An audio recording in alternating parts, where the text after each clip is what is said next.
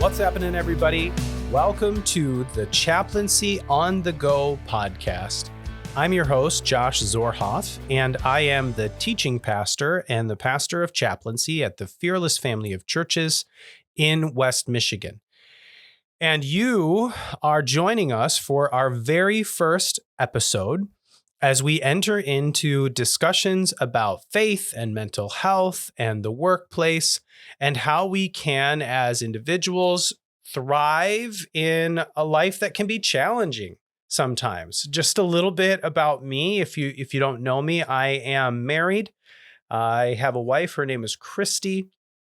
She's a first grade teacher in Hamilton. She works at Bentheim Elementary, which is part of Hamilton Community Schools.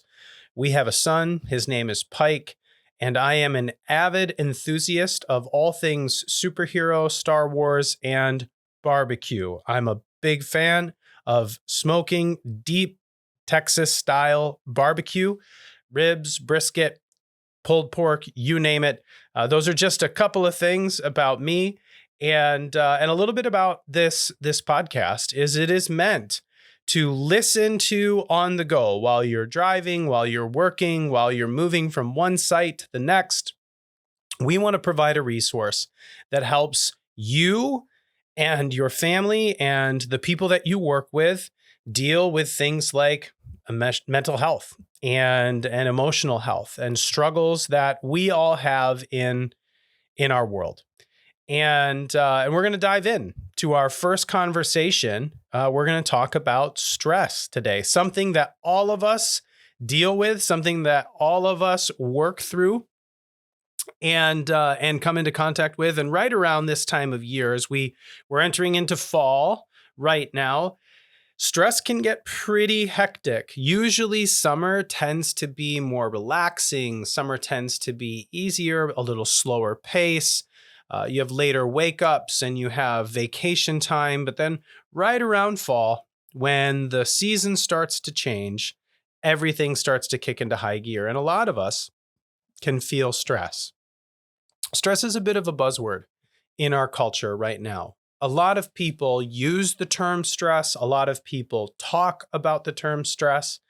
As a pastor, I certainly interact with people who go through stress, but I'm also a licensed therapist. And a lot of the conversations I have with people in the community that I live in revolve around dealing with different types of stress. And one of the questions that I ask when people tell me that they're experiencing stress is, how bad is the stress? And how do you view your stress? How long has it been going on? What kind of stress are you dealing with? Because the reality is there are different kinds of stress, and it's important for us to know the difference between those types of stresses so that we can have a good handle on the stress that we experience. There are three types of stress that we need to consider when we talk about stress. The first is good stress. The second is bad stress, or what is called in the counseling world, tolerable stress. And then the third is toxic stress, which is also known as trauma. And as we enter into this conversation, it's important to make distinctions between good, bad, and toxic. And we're going to break up this conversation into those three topics. The first one we're going to talk about is good stress. I want to read the results of a study that came from UC Berkeley in 2016.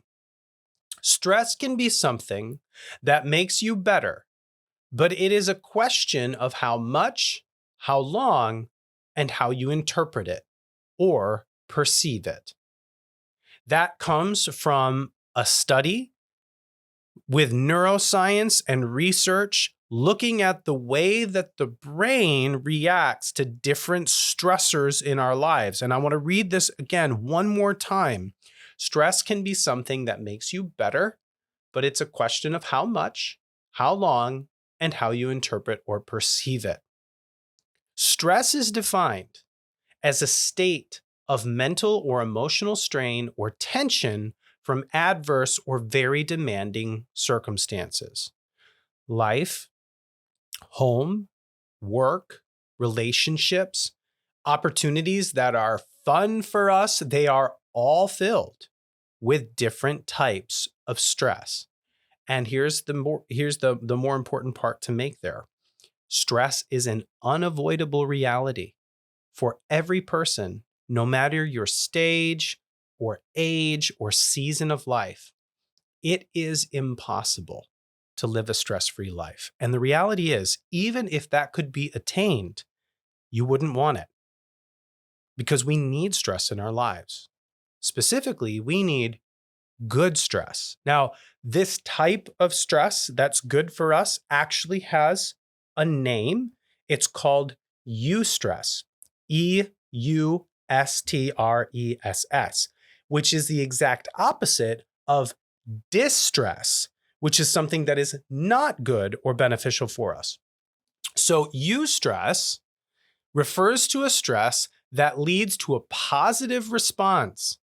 It is the opposite, as I mentioned, of distress, and can refer to any type of beneficial stress, whether physical or psychological.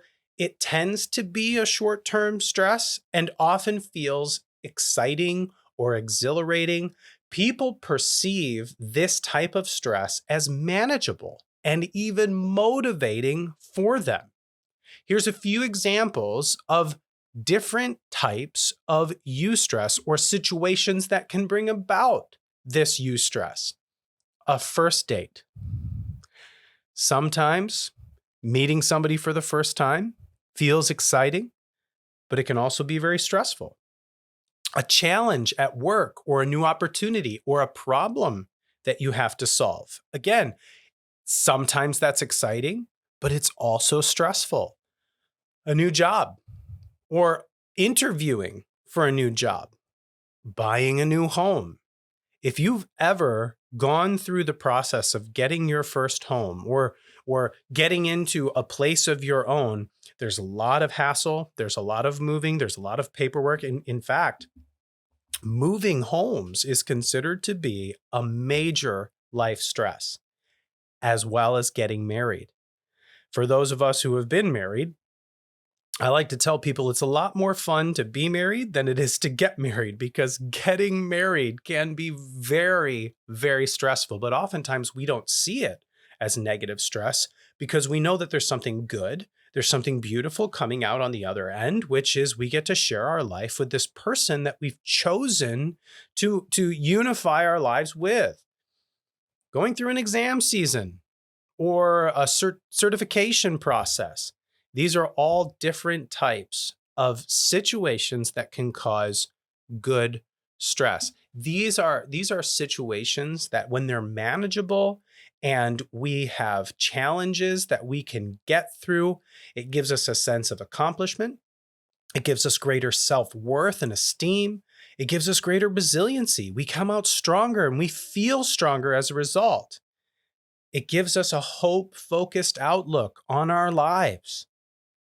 And we need that. We need that kind of stress to grow, to get stronger, to get better, to have a sense of accomplishment or resiliency or goodness in our life. And if you don't have enough of it, you can actually add that kind of stress to your life. And most people do. I know a lot of people who play competitive sports. They played all the way through middle school, all the way through high school, all the way up into college. And even now in rec leagues, they continue to play competitive sports. Pickleball right now is a big deal for so many people. And it causes, believe it or not, stress. And that stress isn't bad. It's actually really good for you. New and challenging hobbies. I specifically smoke a lot of barbecue. I do a lot of chicken. I do a lot of brisket. I do a lot of pulled pork. And there are some things that are relatively easy for me to smoke at this point. But I'll tell you, smoking a brisket is one of the most stressful things that I can do, because brisket is a cantankerous and ornery piece of meat. And if you get it wrong, you are out a lot of money, and it can be really, really challenging. I have never had a brisket, and now I've been smoking brisket for over 6 years now. I've never had one that turns out exactly the same or goes through the same process. And on nights where I smoke a brisket, I sleep a lot less than on nights than I don't. But I feel a sense of accomplishment and a sense of pride when it's done. And it's very stressful, but it's also very good for me. So hobbies can be a big source of eustress and a really important one for us. Setting a goal for your mind or body or soul, whether that's learning a new language or getting an advanced degree or training for a marathon, those are all ways that we can increase the level of stress that we have. And that's not bad. That's the kind of stress, or the good stress, that we can do. I do want to mention one element, though, about eustress and about stress in general. But when it comes to good stress, or this eustress, our bodies respond to good stress the same way they respond to bad stress. And sometimes it can be challenging for us to learn to know what is good and what is bad until we're willing to consider, how do we perceive this situation? So for example, I know a lot of individuals who go hunting in the fall. And when they go out into the woods and they're ready to kill an animal, or they're ready to fire, they're ready to do what it is they want to accomplish, they feel this rush of adrenaline. Now, they don't see that as a stressful experience. They actually see that as something that's exciting. But that feeling, that tension, that excitement, feeling flush behind your neck, that rush of adrenaline, all of that is no different than having your boss yell at you on the job. That feeling is no different than having your spouse frustrated with you because you did not pick up the groceries like you said you would. That feeling is no different than your kids coming home and saying they had a bad day at school because of a bully, and you wanting to call somebody and tell that parent off. Our bodies will physically respond to good stress the same way they will bad stress. We'll get the same physical response. So your body isn't really a great way to evaluate whether or not this is a good stress situation or a bad stress situation. What's more helpful is to ask, is this manageable? Is this short term? Is there something good that's going to come out of this? If so, that's probably a good kind of stress that you want and need. And so in a way to embrace the good, there are a couple of questions that I think are really helpful. And these are questions that I ask clients. These are questions that I walk through with different individuals who are working through stress. And the first question is, how do you see your stress? How do you see it? How do you perceive stress? What's your opinion of stress? Did you grow up thinking that stress was bad? Or are you in a season of life where you're assuming all stress that comes your way is bad? Again, not every kind of stress is bad. In fact, some stress, small amounts of it, even some of the more challenging elements that cause stress, can be really, really good for us as people, for our flourishing and for our thriving. Another question to consider is, do I love a challenge? Do you love a challenge in your life?